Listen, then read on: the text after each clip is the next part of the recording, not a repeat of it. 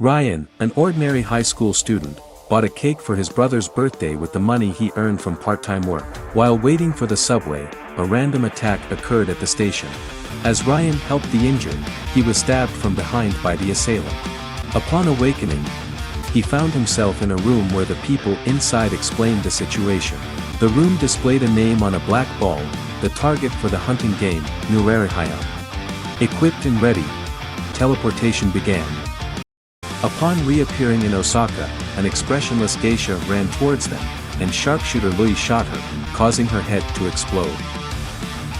The famous Hayaki Yagyo night parade of 100 demons unfolded on the streets. A giant head rolled towards them, after intense battles, and the Osaka team initiated their killing spree. Their arrival made everyone breathe a sigh of relief. The elderly man in Ryan's group explained the game rules, and reaching 100 points would offer 3 choices. The old man gave Ryan a coin, hoping to contact his brother. While comforting his brother and promising to return home, the Osaka team showcased their skills, facing demons effortlessly. Every one of them was incredibly excited, completely immersed in the joy of killing. Suddenly, Utengu descended, and Ryan used a binding gun on him. However, Utengu broke free, and the Osaka team arrived, using gravity guns to suppress him. The gravitational force field fell time and time again, yet Utengu repeatedly stood up.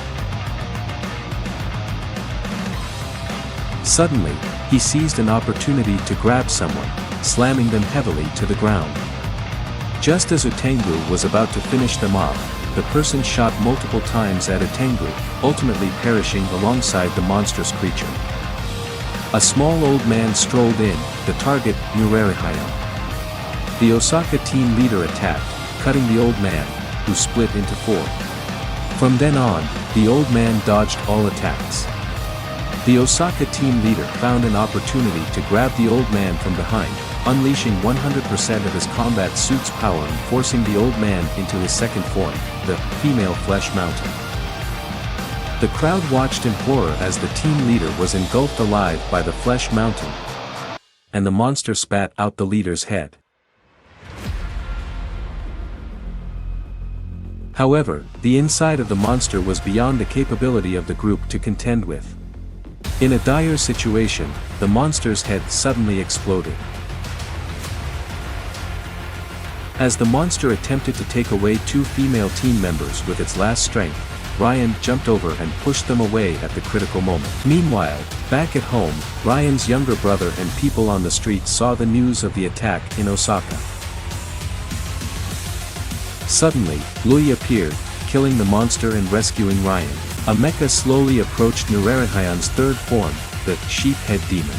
The mecha took the initiative to launch an attack on the monster, fiercely slashing its body, and completely pulverized the sheep-head demon with a palm cannon. As Nurarihayan's fourth form, the Muscle Man, emerged, he possessed the ability of infinite healing and gradually overwhelmed the mecha. Muscle Man completely overwhelmed the mecha, rendering it powerless to fight back. Just as everyone fell into despair, the mecha released a smoke bomb. Seizing the opportunity, the mecha pilot attacked the monster from behind, cleaving it into 2 halves. Just as everyone breathed a sigh of relief, Nurarihayan's fifth form burst forth. The old man shielded Ryan from a fatal blow, and enraged, Ryan hit the face of the ultimate form, Death God, causing the Death God to retaliate and knock him down. The Death God then flew away, instantly returning to the mecha pilot's head. Pointing his finger at Ryan's forehead, the Death God's left hand was hit and promptly severed during their conversation. The female team member continued to attack the Death God from a distance.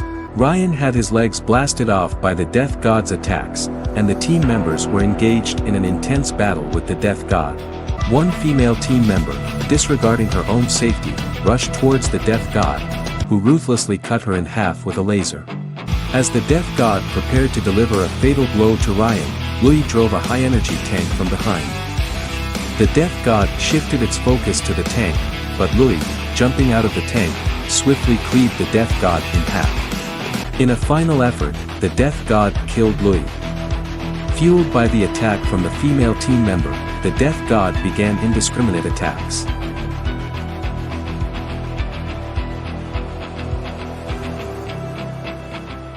Just as the Death God was about to finish off Ryan, the female team member appeared, drawing the Death God's firepower. With the battle concluded, the teleportation process began. Those who hadn't perished in the fight were teleported back to the Black Ball's room and fully healed. As the time came to calculate individual scores, everyone stared fixedly at the screen of the Black Ball.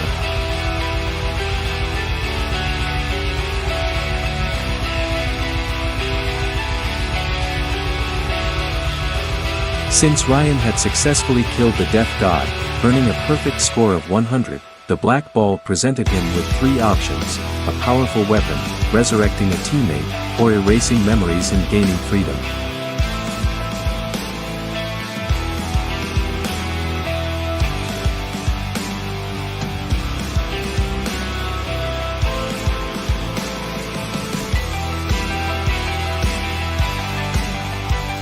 Ryan chose to resurrect the female team member who sacrificed herself to save him.